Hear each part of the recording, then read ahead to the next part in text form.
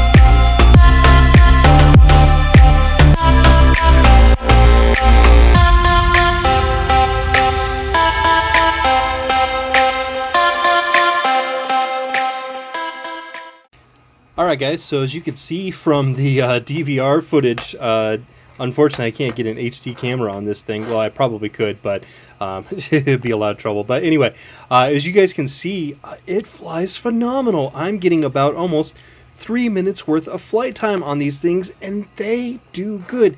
They have really good high throttle. They have good mid throttle. You know, there's still a little bit of prop wash, but I mean, it's such a small toothpick that's gonna happen. I mean, there's really no way you can avoid it. I mean, you probably could tune it out a little bit more, but I'm just running on the stock tune with these, and they run phenomenal. I had no idea how much better they would run. So if I were you guys, if you buy this, go out and get you some of these. They sell them on Amazon. You can probably get them at your local hobby shop. I don't know if Full Send has them or not, but you can get them for super cheap. And these again are the Hulkies 2040s by GemFan, and they fit perfectly on these little 1103 motors, and it just absolutely feels like a whole nother little quad. It almost feels like you're flying a 5-inch. Honestly, it just flies phenomenal. So 2 thumbs up for the GemFan Hulkies. These things are insane. So definitely, if you get a chance, get you some of these. Try them out. For me, it helped. It did, definitely. So, and 3S batteries, that's the way for me. So, hope you guys enjoyed this short video. In the meantime, while you're waiting for my next video, let's keep our drones up in the air, flying high. I'll talk to you guys later. Have an awesome day.